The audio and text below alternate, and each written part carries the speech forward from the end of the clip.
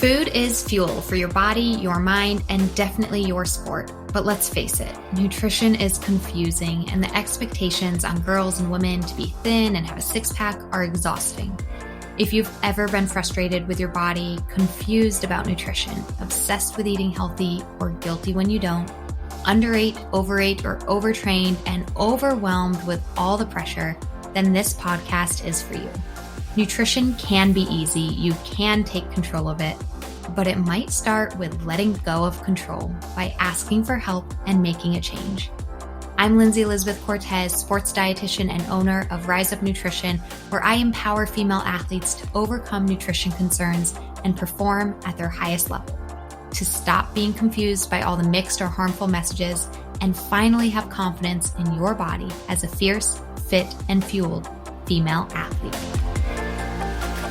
Hello, fans and listeners. Lindsay Elizabeth Cortez, your host of this podcast. And I'm here today with an extra special guest, not only because he's an amazing professor and researcher in the field of performance nutrition, but also because he's one of my former professors when I went to graduate school. So I'll read you off his bio really quickly.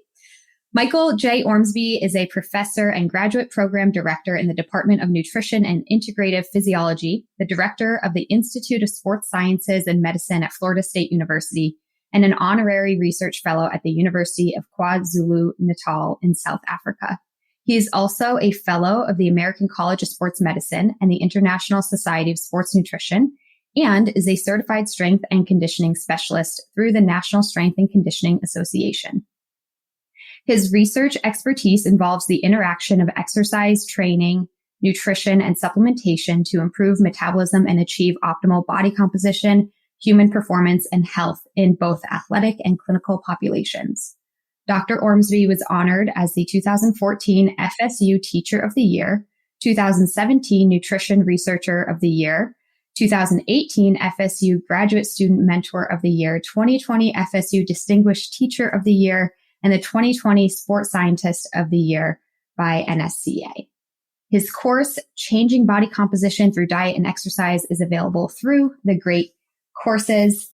Dr. Ormsbee, thank you so much for joining. Thank you, Lindsay. I can't wait to talk a little bit today. It's been years. It has been years since you and I caught up, and I think really want to share to our listeners, because we've been talking off the mic for a little bit, just catching up and everything. I do really want to share to my listeners how excited I am for this conversation, because I went through grad school in, I think it was 2011 to 2013, and getting my degree in sports nutrition. You are one of the people who really shaped my career as a dietitian. And certainly one of my favorite professors for a variety of reasons. One of them just being that your passion for the topic of performance nutrition. And it's something that you don't just teach it, you do it and you practice it and you live it. And so I was wondering if you could share with our listeners a little bit about your background from being a hockey player to doing Ironmans and like all this stuff that you do and why you're passionate about performance nutrition. Sure. My story is probably typical, where someone who stays in this field started as an athlete, as a kid, just kind of into everything, and then sort of started to hyper focus on ice hockey through high school, and then ended up playing Division III ice hockey in upstate New York at a small place called Skidmore College as a college guy. And then from there, I ended up coaching. So I coached every little kids that were peewee hockey players, and then ultimately coached a little bit in graduate school, some of the places that I went. So at South Dakota State University and then East Carolina University. What was really fun is in graduate school, I ended up getting to play hockey one more time. I had one more year left. So about 3 or 4 years after college, and in grad school, I got to play for one more season, where I was about 10 years older than everybody. And that was a lot of fun. A bit stronger. Well, you approach it differently. Yeah. You don't kind of fly off the handle. It doesn't bother you as much if someone slashes your ankle. You've got a different perspective. So that was really fun. And then I ended up having my last year and then coaching for 2 more years there after that. But, you need to fill that void as a competitive person. And for me, that ended up transitioning into sort of bodybuilding, but I never competed, and powerlifting, because, you're pretty strong as a ice hockey player trying to maintain some of that. And ultimately, I had some friends who were doing triathlon. And in fact, my first one was with one of my advisors, and I showed up for an interview and he put a bike in front of me and said, let's go. And I'm like, I haven't really done that for miles. So we did like my first 20-mile ride, and I thought it was forever. And yeah, that was a way for me to connect with my mentor and get out of the lab and be outside. And so I just started riding the bike all the time. And so that kind of morphed into triathlon and then different distances. So for about 12 years, it turned into sprint and Olympic and half Ironman distance triathlon. So that was really fun. And then we had children, and the training time I chose to spend differently. So that training time I chose to spend more with the family, and I shifted more to like CrossFit-y type workouts, fast, intense, short duration. And then that's been what I've mostly been doing, other than a few competitions here and there for like a 5K or a small, CrossFit-y type local event that I've been involved with. Yeah. No, I'm catching that myself too, as I've been training endurance the last few years, but I'm like, yeah, the maximum amount of time that I can spend on a workout right now is an hour. And so those, 2-3 hour bike rides or runs aren't really going to happen anymore.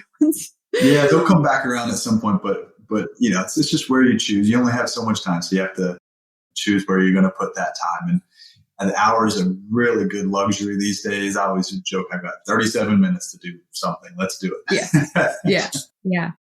Yeah.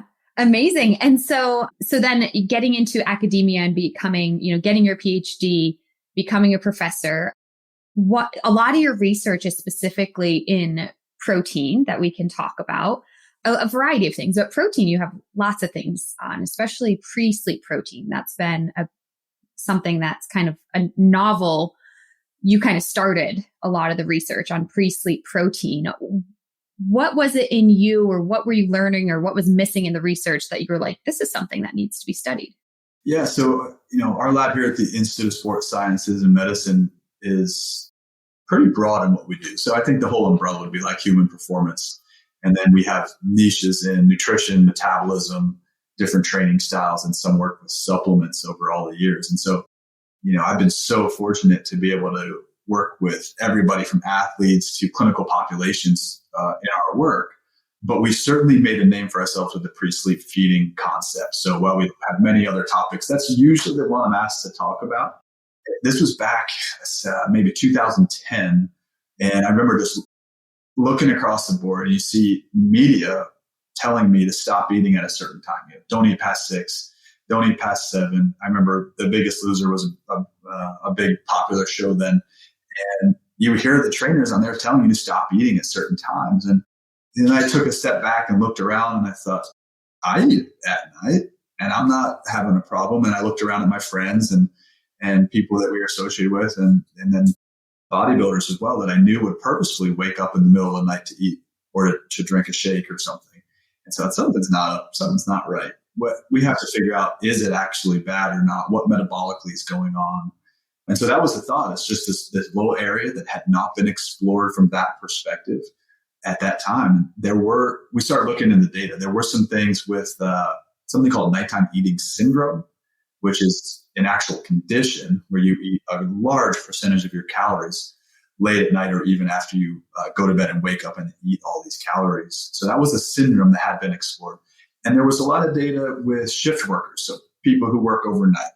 And the choices they were making was typically going to a vending machine because that was all that was open for a shift. Yeah.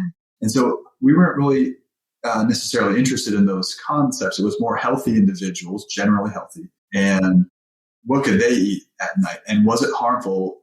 Yes or no? And then we kind of did about 1 billion studies on it to look at, is it the timing of it that matters? Is it proximity to the previous meal, or is it proximity to going to sleep? And I think we needed to define really what pre-sleep feeding was. And so we defined that as at least 2 hours after dinner, so after your last big meal, and within 30 minutes of going to bed. So pre-sleep feeding could mean different things to different people. So that's really how we've defined it in that scenario. And that's how we design all the studies that we've done were to fit that criteria. So that got us started. There were only 2 of us doing work at that time. Luke Van Loon runs a massive lab overseas, and he's, one of the best there is. And so he was doing some of the work in skeletal muscle and muscle protein synthesis. And we took the other side of it. Fat metabolism, body composition, and performance was where we have really sort of honed in on over the past 12 or 13 years of this now. Yeah. No, it's like one of the biggest nutrition myths, right? Is don't eat like at least 2 hours before bedtime. That's something that people have been just throwing around for years. And it's a great point of, okay, night eating syndrome, shift work, or what are you eating? Like, so where's the actual research to say what is good, what is bad? And then even as you just mentioned, like, okay, you're looking at fat metabolism, body composition, performance. The reality is those are three very different things. And then in what population? So I think your research has hit on, you have research specifically on female athletes and runners versus you have research on more the recreational athletic population, as well as maybe a non-athletic population, because all of these scenarios can have very different outcomes. And so I'd kind of like to pause for a moment to talk about even just the definition of performance nutrition and kind of what that means to you, performance nutrition versus sports nutrition versus things like body composition, even like in my practice. And I'm not saying this is like the right thing or anything, but I recommend to my clients not to focus on body composition strictly because we're focusing on performance. What is your body doing? How is it feeling? How, are your times getting faster? Are your deadlifts, are you lifting heavier? And so that performance aspect.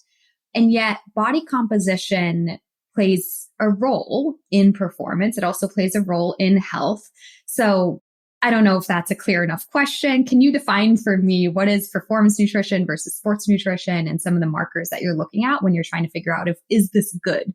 Yeah, and I think that's so context driven, and you're completely right. And I think it's a very good movement to be focusing on an outcome like performance, something that can change fairly quickly compared to other markers like even weight or body composition. Strength, if that's a performance marker, can increase pretty rapidly if you're new to exercising, and focusing on that's going to be far more productive where you see incremental change that's all positive mostly. And then the consequence is some fat redistribution or body composition changes where, might be more desirable in the general context. We actually have an index for that called the body composition index now, where you would say that if you lost 2 pounds of fat mass and gained 1 pound of lean mass, you'd be at a +3. So you take basically the positives of that and make it an absolute number. Interesting. And I think in that concept, in that context, we've actually re-examined old data we've had where we've shown no significant changes in one or the other in terms of losing body fat or gaining muscle. But if we put it into a body composition index where you're getting the positives from both halves of the equation, then we're seeing significant differences between some of our protocols. So it's just another way to visualize it. It takes some of the numbers away and focuses on both positives, so gaining muscle and perhaps losing body fat. But I think your point of looking strictly at performance, or at least starting with performance, is wonderful. And I do think we should all be very mindful of that because, if I'm going to define sports nutrition and performance nutrition, they're very similar to me. I think for me, performance nutrition is just a bigger umbrella than sports specifically. Performance for me is way too small to say it's just an athletic event. For me, it's getting someone up out of a chair a little bit faster. That's doing a walk a little bit further or faster. Some of these daily living things that folks just can't do. If we make someone a little bit stronger and they can lift a bag of groceries or get something up out of a car or even get themselves in and out of a car. That's, to me, a performance goal that is measurable. And we'll do that in our clinical studies. I think the sports part is just a little niche of that, where it's a little more focused on the actual athlete. It's hard to work. It's hard in research because you don't often get to work with elite athletes. They have such a regimented schedule. And I'm at the college level here at Florida State, like, that coaches don't really want me doing an intervention while they're in season. So there's some hurdles around that, although we can talk about how we've done that and the stuff we're doing. And particularly the work we've done the last 3 years with female athletes is phenomenal. really cool things we've done when COVID hit and we had to shift from in-person work to more measurement techniques and tracking. That was a really cool shift that we've made over the years. So anyway, to your real question, for me, performance nutrition is just a broader term than sport nutrition. Well, and it's perfect because in your lab, you're able to do all of that. Like you said, you've been able to work with some of the athletes at Florida State to get that sport specific, but you're also caring about the performance of somebody in just improving quality of life. And your research kind of covers that whole spectrum. Yeah. And it's nice as a researcher in this field, as I got from sports to more just activity, my research shifted as I got married and now I have 2 daughters. It shifted again. And so a lot of our work is on females now. I'd say our portfolio is probably 75, 80% female studies now. It was actually one of my questions I wanted to ask you because, when a lot of research, 10, 20 years ago wasn't on females at all. There's a good conversation happening now about we need more research to females. And I've noticed, wait, you're doing quite a bit of research on females. So is that more just like kind of personally driven? You have 2 daughters, or is it also like does FSU have more girls than guys on campus or something? It does, but that wasn't the impetus. Yeah. It's well known. We've had a problem with numbers in getting enough studies where women are involved. Forever it was, and it still is, male dominated, male driven. The information we're giving to females and female athletes is a lot of times taken from data that work in men. There's slogans out there like, women are not small men. There's all these different movements that are going on. And there's some really key players involved in that. So I just seen that over the last 10 years or so for my practice. It's like we're doing a huge disservice to not look at it and investigate all types of things. Just one, the typical female response to whatever the protocol is. But 2, can we layer in, because it's very difficult to do, but we're doing it, how the menstrual cycle may change outcomes. Are there metabolic differences through different phases of the menstrual cycle? Are there injury things we should be looking at, sleep considerations, anything like that? And then it's been nice to collaborate with some of the world experts. We've been working across the board with people who are much smarter and more ingrained in female athlete physiology than we are, but we're really doing our best to get involved because it's necessary. Hey fans, I hope you are enjoying this conversation so far, and we'll be back to it in just a moment. But first, I want to pause and let you know that this episode is brought to you by the Female Athlete System of Transformation, aka the Fast Track, to overcome disordered eating and use food as fuel to perform at your highest level. The Female Athlete System of Transformation is my unique program and proven systems to guide female athletes to understanding and implementing the proper nutrition for their sport, life, and health. Myself and my team of registered sports dietitians work one-on-one with clients to address their unique needs and counsel them through the nutritional and behavioral changes needed.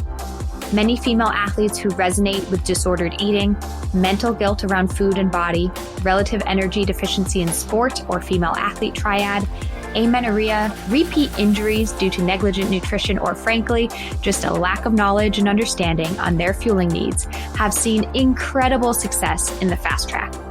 After years of working as a sports RD, I've compiled the most effective ways for female athletes to learn nutrition, be supported, be challenged, and ultimately find their success with fueling as fast as possible. So don't wait another day. Get to your goals faster by joining the Female Athlete System of Transformation. Look in the show notes or head to the website to book a free call and learn more. Okay, now let's get you back to the conversation. Enjoy. Yeah, for sure. So let's spend time now like digging into your research, and I want to get to the female athlete specific stuff, but I want to kind of circle back to just when you first started, at least at Florida State, with research and doing it on that pre-sleep protein that you kind of already told us, like, can we eat at night and is that okay? And you've had some great findings that I think you're pretty confident in after, since being repeated a few times. Can you just kind of summarize what some of your major findings have been over the years as to eating before going to bed? Sure. Yeah. So our original studies were pretty rudimentary. We'd figure out a drink to give folks, and we were typically giving casein. casein protein as a shake. So it was a liquid drink that they would again take 2 hours after dinner and 30 minutes before bed. And in one condition, they drink that shake, they'd come in the morning and we'd measure resting metabolism.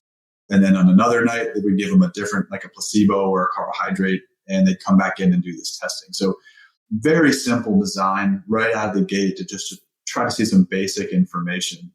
And in those scenarios, that not everything always matched up, but by and large, we were finding that we would have a bump in morning metabolism when we measured it some 8 hours later after taking, well, really any macronutrient over a placebo. So we found eating anything over eating nothing increased morning metabolism. And then we just assumed that was high all night long, so that perhaps you're getting a little more caloric expenditure, which perhaps would be useful for weight management or whatever your goal was with having an increased metabolism. However, sometimes we have to think back, is that a good thing or a bad thing? And we started thinking, are you eating breakfast now? Are you too full to eat breakfast? And now does that offset the next day? And, there's this whole concept in sports and performance nutrition now called nutrient timing. And the other concept that's even more new than that concept is called nutrient priming. So nutrient priming being, what have you had before that last meal? What was the condition before you ate? What are you priming your body with to take in the next nutrients? And so, that's a new concept we're thinking back over the years. What did we prime it with? How soon was exercise? How soon was dinner? And we think exercise plays a major role in the physiological outcome of consuming nutrients before bed. So we essentially moved from this model of drink something, big gap in time, black box research, and then we have a metabolic test. That shifted to, wait, we should measure all night. We need to have, and we didn't know their sleep conditions. They were just going home. And so next we brought them into a controlled setting. They actually stayed overnight in the lab, and then we do testing through the night. And so then we were seeing an elevated RMR overnight, or at least no negative consequence to it. And then we thought, well, we're totally missing a glucose, insulin, any kind of biomarker response. And I was trained in a technique called microdialysis. And with microdialysis, you can put these tiny little probes into different tissues and figure out, in our case, fat metabolism. So we would measure a molecule called glycerol, and that gives us an indicator of how much fat's coming out of your fat cell while you're asleep. And so now we're sleeping in the lab, giving the drinks, probes are in the belly for belly fat specifically, and then we're measuring glycerol release overnight to see if eating or drinking the shake before bed changed how much fat you were liberating while you were asleep, because that's a good time to use fat as a fuel. And we thought, well, maybe on the negative side, maybe we're disrupting that and we shouldn't be doing this. So from all of that series of studies, which again, we're in men and women, lean and obese, athletes and non-athletes, we tended to see what we did see across all of those, absolutely no difference in fat metabolism, depending if you had casein, whey, carbohydrate, or nothing. Now, there's a caveat to that, is that the amount of food we're giving. Again, it's a liquid shake, and it's roughly 150 calories. So it's really not much of a caloric load. And the protein's pretty high. Usually those studies are between 20 and 35 grams of protein in that, if it's the protein shake. Okay, so we have this context where we're seeing it's not harmful and it might be beneficial in terms of metabolism and maybe recovery. So we started adding exercise in, getting people sore, and then seeing if it helped to alleviate soreness by having a protein drink versus nothing before bed over time.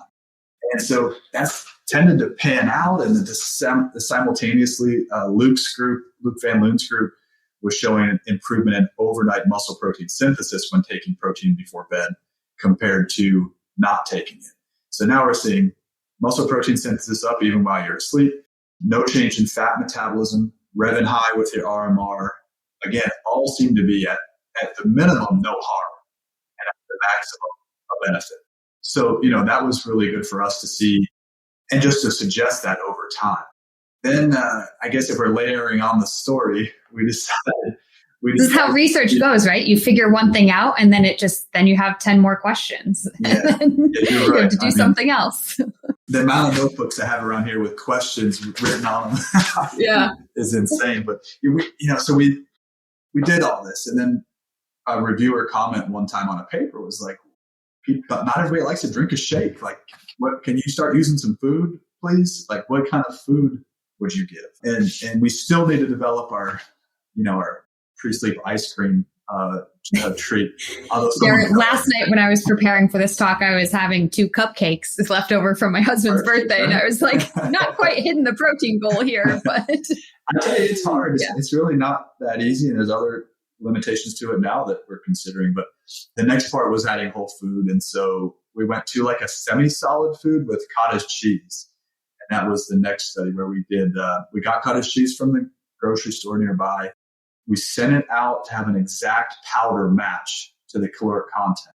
And so we gave a cottage cheese, which you need to eat, or the exact same thing that you would drink, but it made it into a powder. And then we gave a placebo. And again, no changes across the board. So for us, I mean, you could eat real food or you could have a shake, and both of those things were fine. No change to, any marker really. It's just basically doing nothing in terms of metabolism at that point.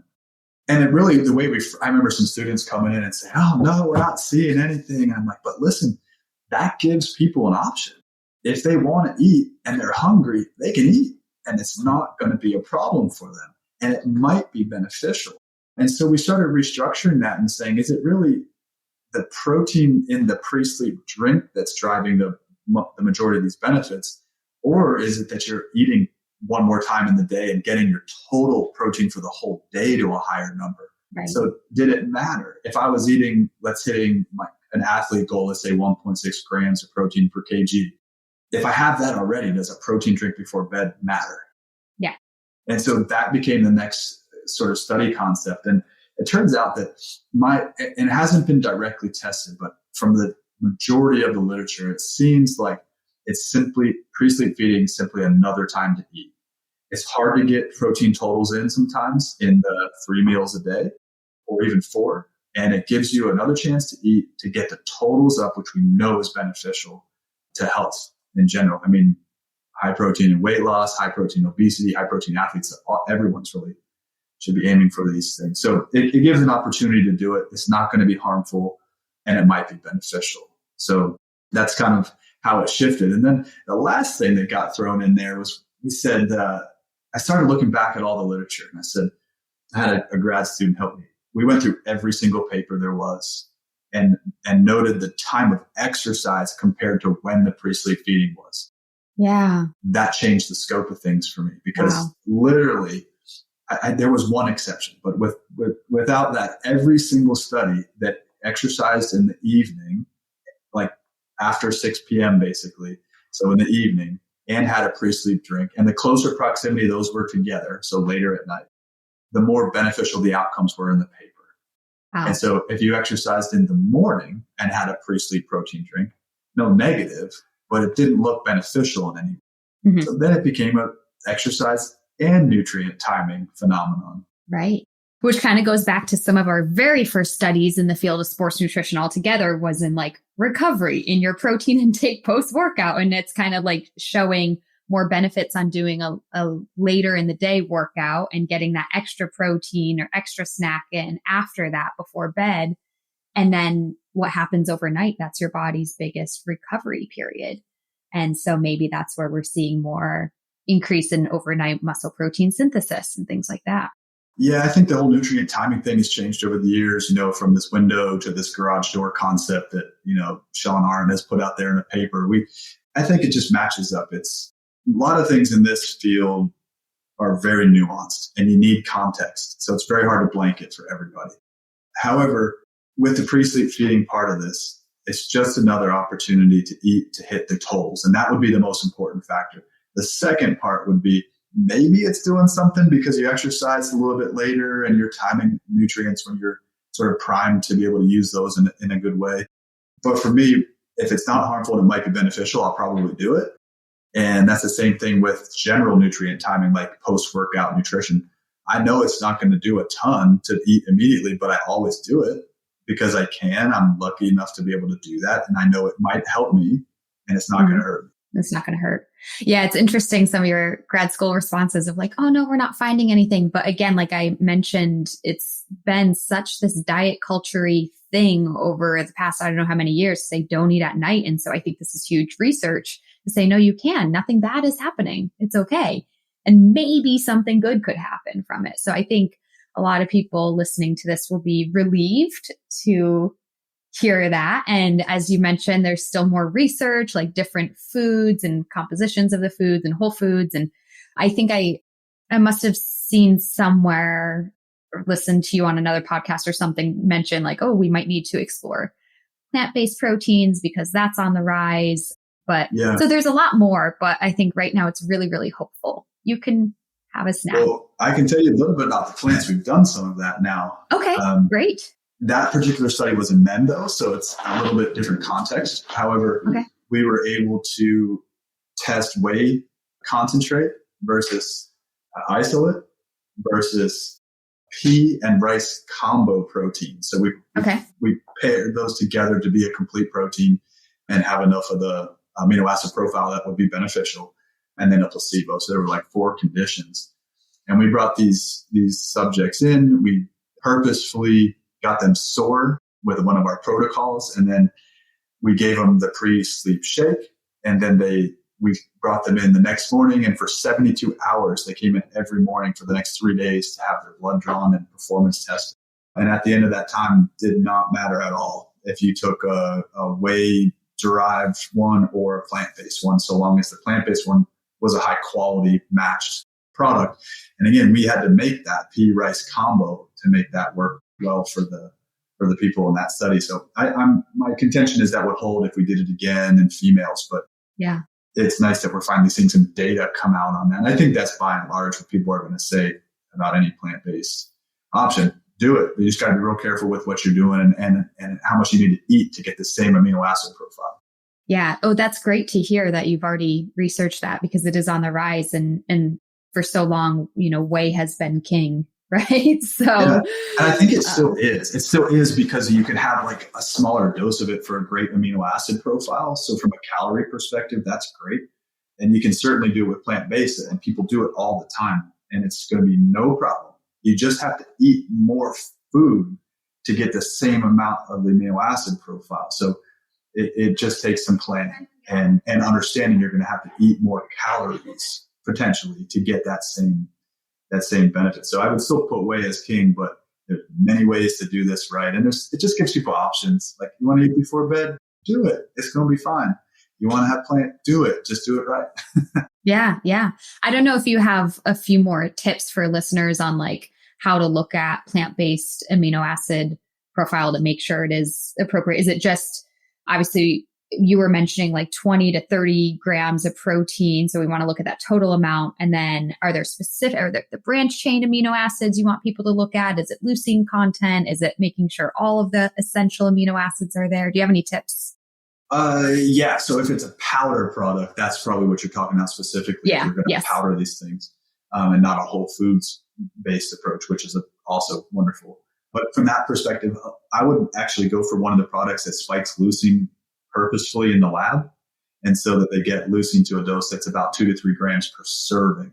And if you see that on the label, in terms of muscle protein synthesis, you're going to likely have a fine response with it. In general, you need it's almost double the amount of like a plant-based protein as you would a whey-based protein to have the same amino acid profile. So it's just a lot more product to take in and consume. But now they're manipulating it. So it's not just rice and pea. They're like spiking it with leucine, which is good, so that you don't have to eat as much of it for that response. And I think that just kind of carries in. One of the really cool studies we did in this area was from Brittany Allman. She finished her PhD here. And I have to have her on the podcast. I remember. Yeah, Brittany. She's great. And she's doing a lot of work, she just started a new job, but she was doing a lot of work with protein requirements through pregnancy and then all the way through delivery and then in the mother and in the child. Yeah. So really cool, brand new line of work that she was working on after her work with us. But the work here was neat. We wanted 2 things. We wanted to see how resistance training alone affected fat metabolism in women, because we had done it in men about 10 years earlier.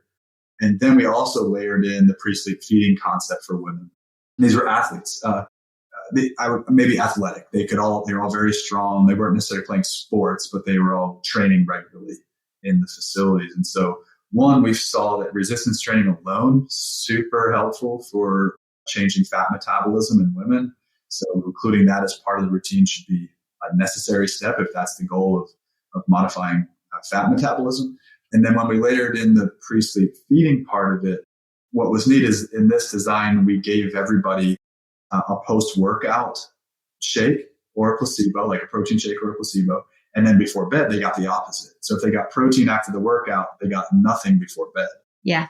A powdered nothing. And then if it was reversed, if they got nothing after the workout, they got protein before bed. And we saw no differences in those groups in terms of fat metabolism. And so again, what that tells me is that daily protein is going to be more important. And then the nuanced part would be if we had done it again and did protein, which we didn't do.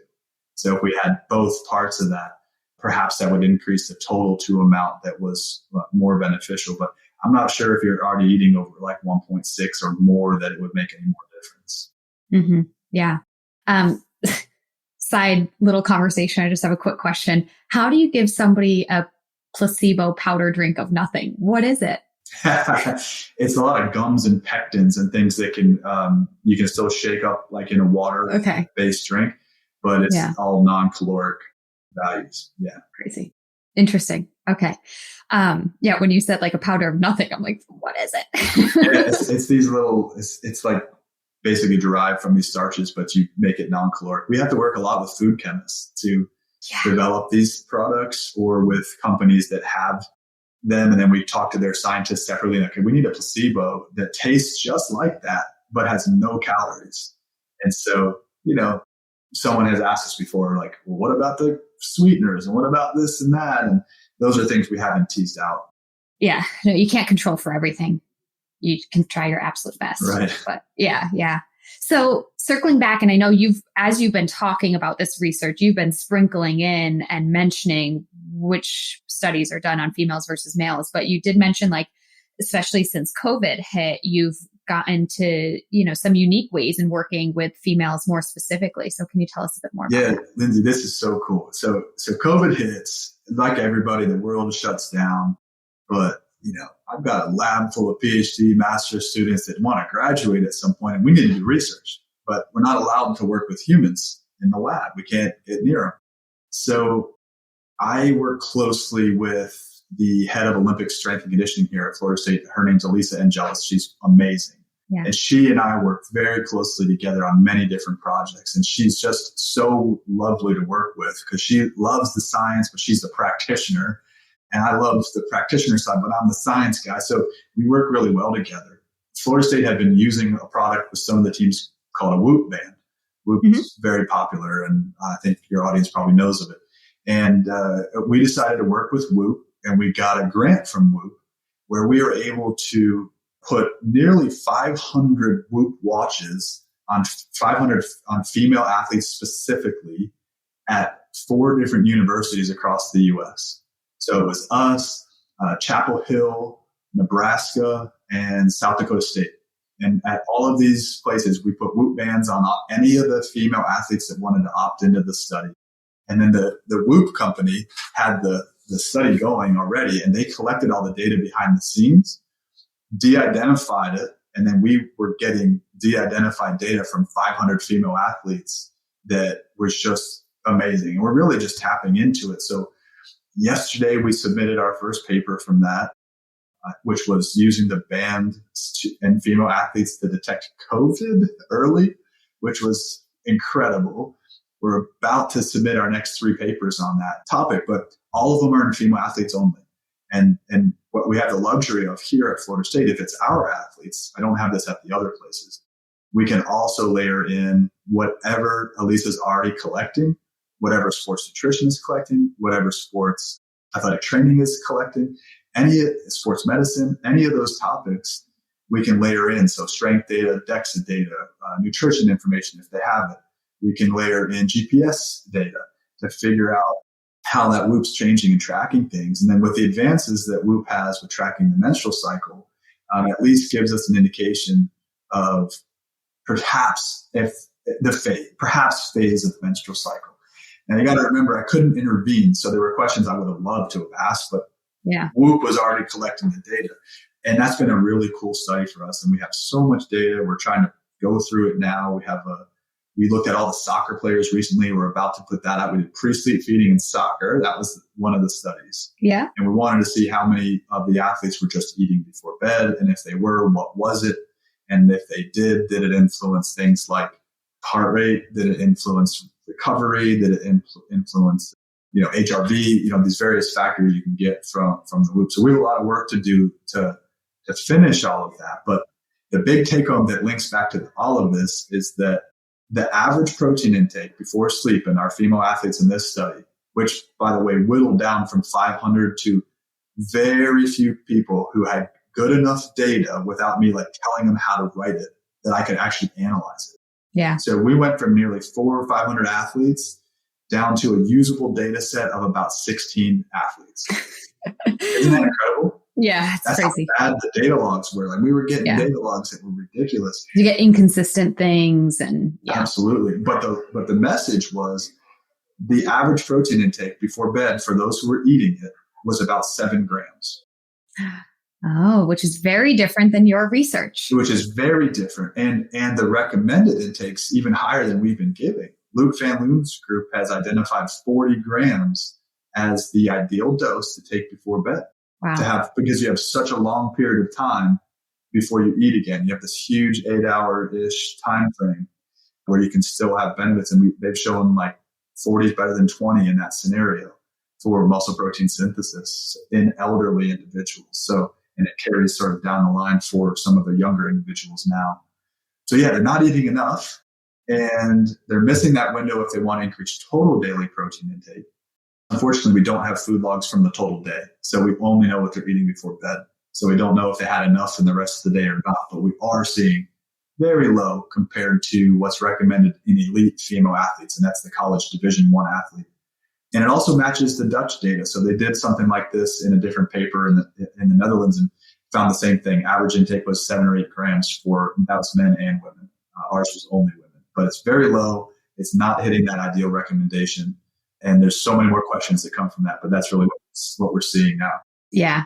I mean, just kind of anecdotally or personally speaking, I can totally see that happening. Most people don't get great protein in their breakfast. They might hit protein at lunch and dinner, but not so much in those snacks. So I think, those 16 subjects only hitting an average of 7 grams at night, I would still imagine they probably weren't hitting their protein further throughout the day based on, again, anecdotally, assumptions of most human eating behaviors. Yeah.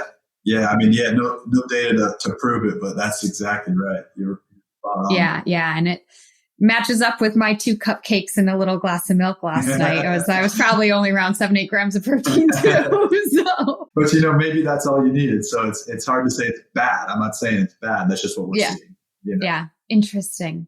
Well, so we will have to keep following as more research, as you're teasing through all the Whoop band research and putting stuff out, submitting papers. So we're going to be following over the next couple months and years. I know sometimes these things take time to see a lot more. They take so long. And just a teaser for your audience too. Yeah. Our primary project right now is in a different female population. We're looking at postmenopausal women right now. Mm-hmm. Yeah, it's a big topic we've shifted to this postmenopausal period, and we're directly comparing resistance training to endurance training in a calorie-matched effort on how that changes fat storage and fat mobilization, as well as a whole host of other really cool things like performance over a 12-week training period. So really cool things on the way from that, but that's going to be 5 years from now. It's a 5-year study, so we'll see. Dr. Ormsbee, you're getting me so excited. I feel like quitting my job and enrolling to be a PhD student, come back to don't quit come back to job. ISSM. You're welcome back anytime.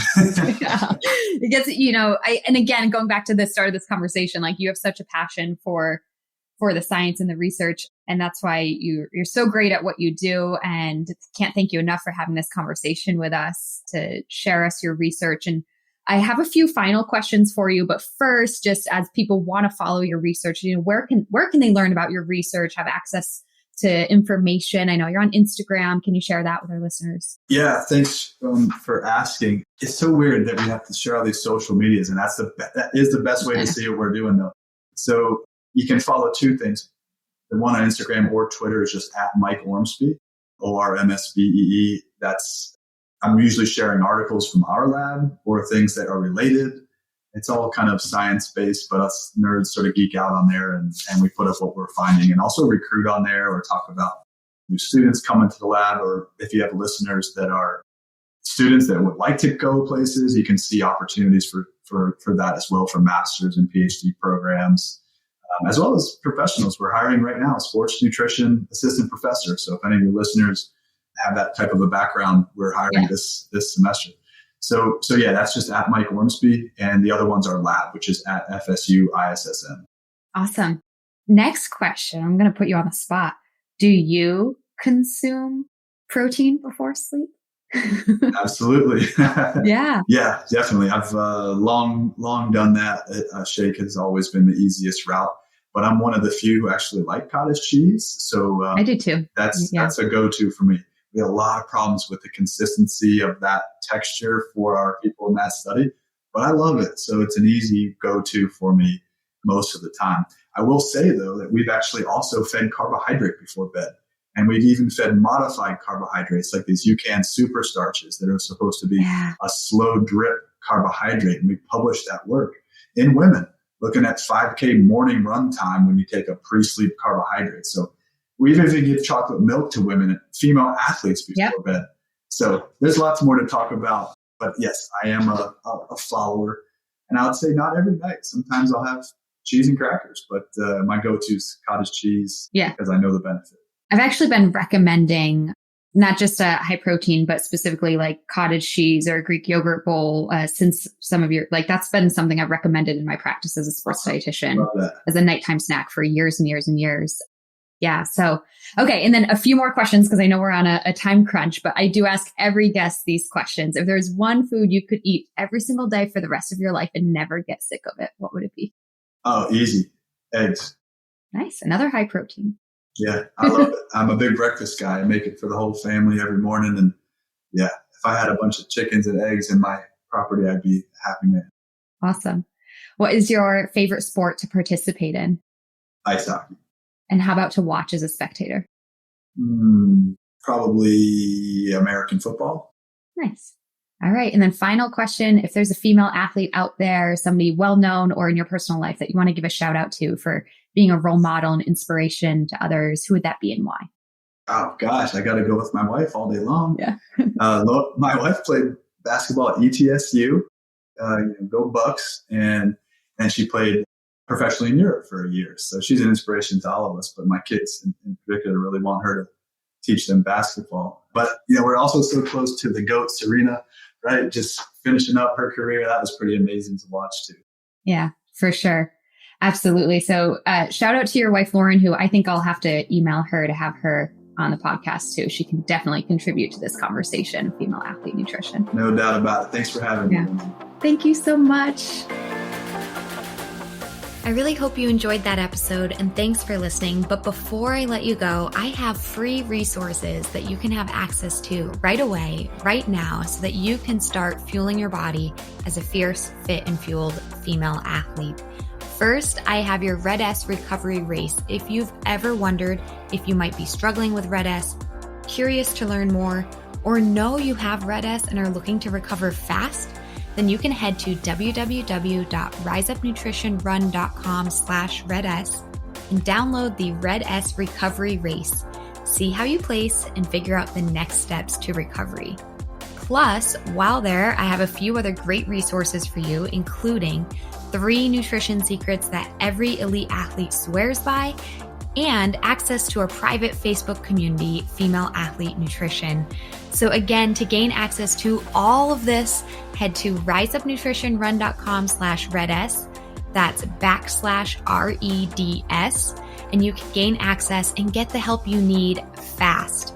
Too many girls and women and female athletes struggle with nutrition, but you don't have to any longer. Become fierce, fit, and fueled. Links in the show notes, and I'll see you next time.